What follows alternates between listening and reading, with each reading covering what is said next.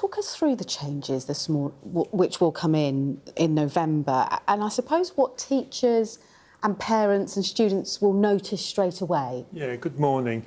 Well, the changes that I'm introducing are built upon the largest consultation that Ofsted's ever undertaken. Last year we heard from 20,000 people, and this year we've heard from a large consultation, and it's going to raise standards, help educational professionals in nurseries, schools and colleges raise standards for all children, particularly the most disadvantaged and vulnerable.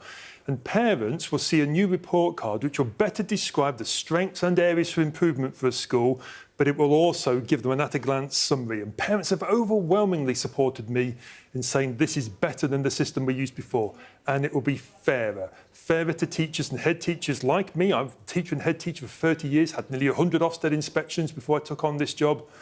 And it will be fairer to them because it will better describe those strengths and those areas for improvement better than the blunt one-word system did previously. But the summary is still pretty blunt, right?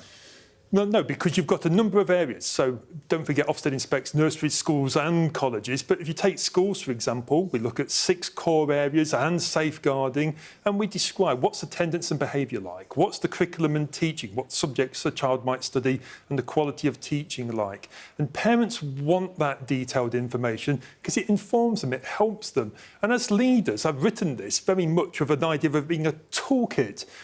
As a head teacher, as a teacher, there was a professional standard that I qualified at, and there were legal duties on me to carry out things, statutory responsibilities, and my framework tests all of those. So teachers and head teachers should look at it today and think, well, that's my job he's checking. Exactly. Sir Martyn, we did mention, didn't we, at the top of this conversation about the difficult period that Ofsted went through. How will this new system take away that pressure? I'm a mum of two primary school kids, actually, and the teachers often tell parents at the school gates that the Ofsted inspection process is filled with so much stress and pressure. How will this system take that away? Well, look, I can't take away all pressure from an inspection, and as a head teacher, I think accountability really matters because we are accountable for your 2 children, for over it's like 12 million children in the country going into school settings and nurseries and colleges. And that's really important that we have standards for education because you only get one chance at childhood. But it wants to be fairer. So the methodology, how we go about carrying out an inspection will be done with those teachers, with those head teachers. And I'm relying upon all of my 3 decades of experience, have nearly 100 Ofsted inspections, to think what's the best way of doing this that still will never shy away from calling out standards for children, but works to be fairer with schools. And the way I set out even the grading description is crystal clear, so everyone knows exactly what we're looking for. There's no hidden mystery to it.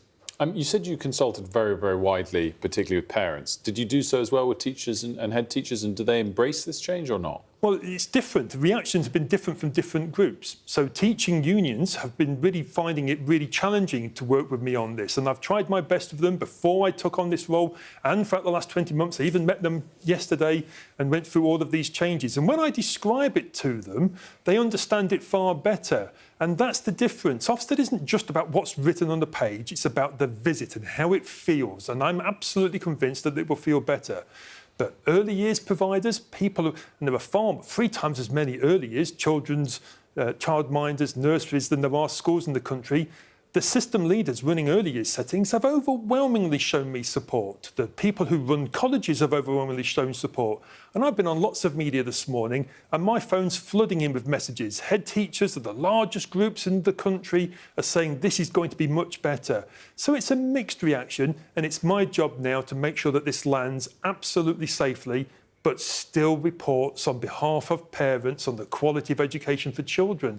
And that is my job. This is the Office for Standards, and that's my role. Sir Martyn, thanks for joining us. Very much appreciated. I'll save you from asking the question of whether Bridget Phillipson will make a good deputy leader of the Labour Party, because... well, she makes an excellent Secretary of State. There we go. Well, thank you very much for that answer and for all of the conversation this morning, Sir Martyn.